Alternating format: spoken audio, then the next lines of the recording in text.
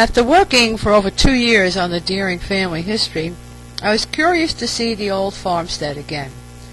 We, the Maggio family, had visited the place in 1952, but our childhood memories were sketchy, to say the least.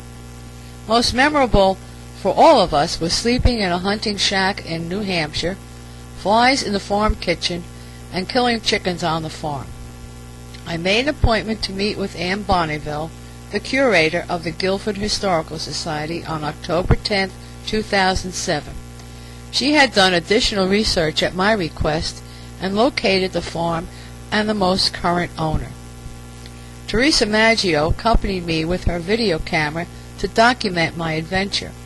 I also took snapshots and a few video clips. Anne greeted us warmly and showed us around the museum displays, and we shared our information. I had brought my laptop with extra photos, and actually I had the Deering family history on the laptop. Anne did find some old photos in their archives, photos that we didn't have in our history. That was of Aunt Sophie and her sister Emma in their grade school class picture, which is seen at the end of this video. As best we can figure, it must have been around 1910, not 1920, as the museum has dated the pictures. As Anne was looking at some of the photos I had on our computer, she asked if I could send her some of them. It appears that there's a Vermont calendar that comes out once a year, and they always come to the Historical Society looking for old photos. I promised, and then did follow up and sent her the picture of Thomas Lynde at his barn with the 6-ton rock, and she's quite sure that this picture will be included in the Vermont calendar for 2008. If and when that does occur, I will get copies for everybody. The Guilford Historical Society is in an 1822 town hall building. The society also operates the 1837 meeting house and the 1797 one-room brick schoolhouse. Maybe that's where Aunt Sophie and her sister Emma went to school. There are a lot of exhibits in this building. There are Civil War artifacts, posters and recruitment signs, old tombstones, and actually they have a registry of the cemeteries kept here at the Historical Society. There were all sorts of old farm tools, a diorama of a typical room with a fireplace, many historical photos of the town, its houses and industries.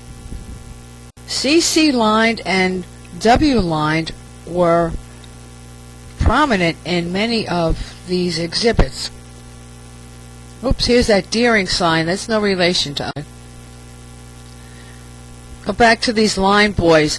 They were quite the real estate magnates of the time, often selling the same parcel of land back and forth to the same families. These dummies were really unique. They had straw for hair. The dummy on the left, according to Anne, was actually a female. The fireplace was the heart of the home, both for heating and for cooking, and for a certain amount of light for reading as well. The mantle on this particular fireplace is very similar to the one that we found in the remains of the Lynde farmhouse. The museum also documented the Guilford mineral springs that started in 1869. The brochure says that C.C. Lynde had leased the spring house, which will be open for the reception of visitors. You might want to put your video player on pause to read these brochures.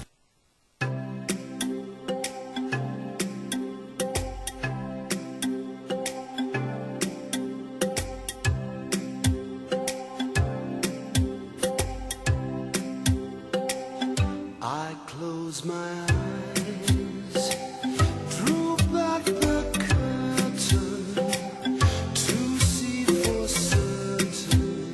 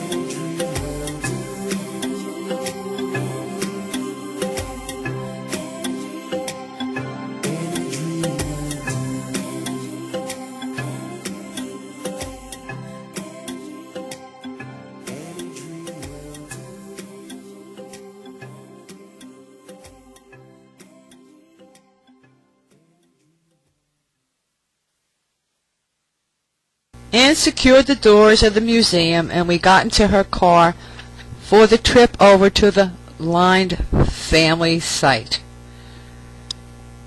Traveling those dirt, now muddy roads through the Vermont hills was an adventure. It was easy to imagine the Lynde family hitching up their horses or mules to a wagon for a long ride into town. Probably took them half a day going one way. Going into Brattleboro to get the train would have taken even longer.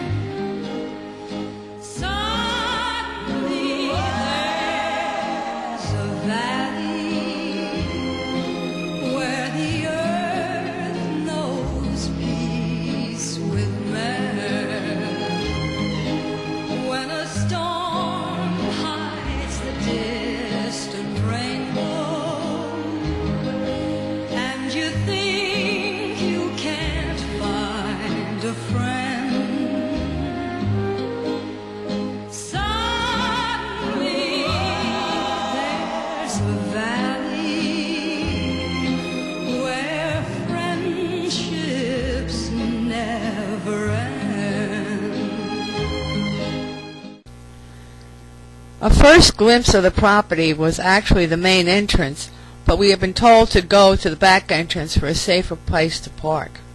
The fields had just been mowed, so it was easier to walk. We parked, and I made my way under the chain and onto the property. As I walked up that grassy pathway, I experienced the oddest feeling. My heart was racing, and tears were in my eyes. I've never felt that kind of emotional experience in my life. I could see the house as it was in the many photos that we have in our collections. That wide expanse of empty green field felt to me like that's just where the house belonged. The green fields were wet from the rain, and the low, small vines and hidden depressions made walking a bit treacherous. Mowing fields is not like cutting grass. The ground cover was still quite high. That's why you see me high-stepping it through the area. Our pants were soaked by the time we finished our visit. The first building I saw was a small studio building that Bob Doddard, the owner of the property when we visited in the 50s, used as a studio. Doddard was a printer of special manuscripts and ancient books. He also had a printing facility on the property. Aunt Sophie sold this property to the Doddards in 1941.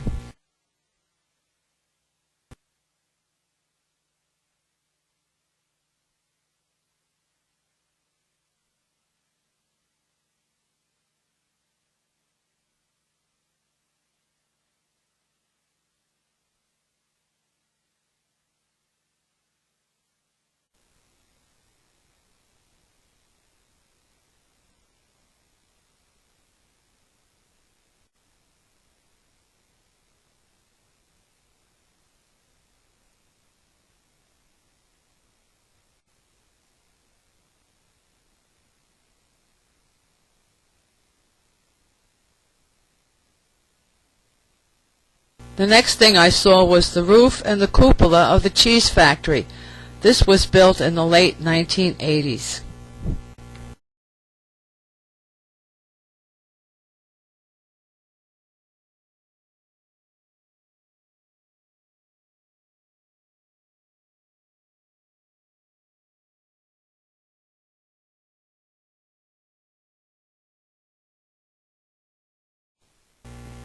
Aunt Sophie's ghost was haunting one of the birch trees.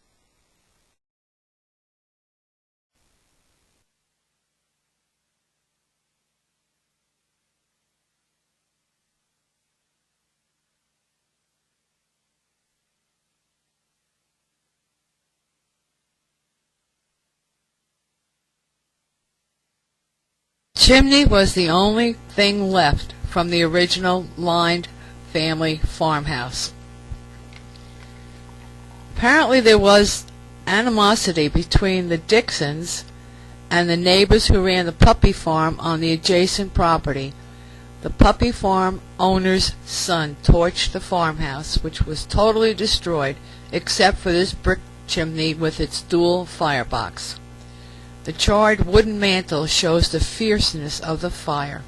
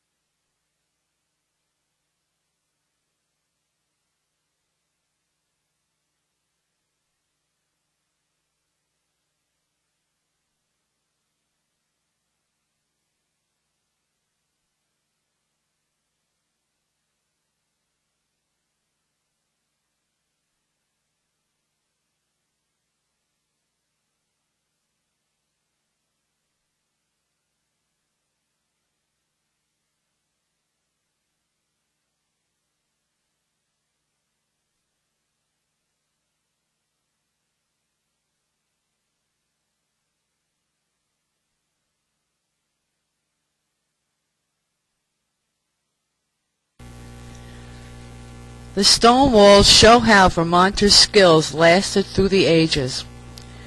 There was one interesting rock in the wall that didn't really look like the rest. I thought it was a petrified tree.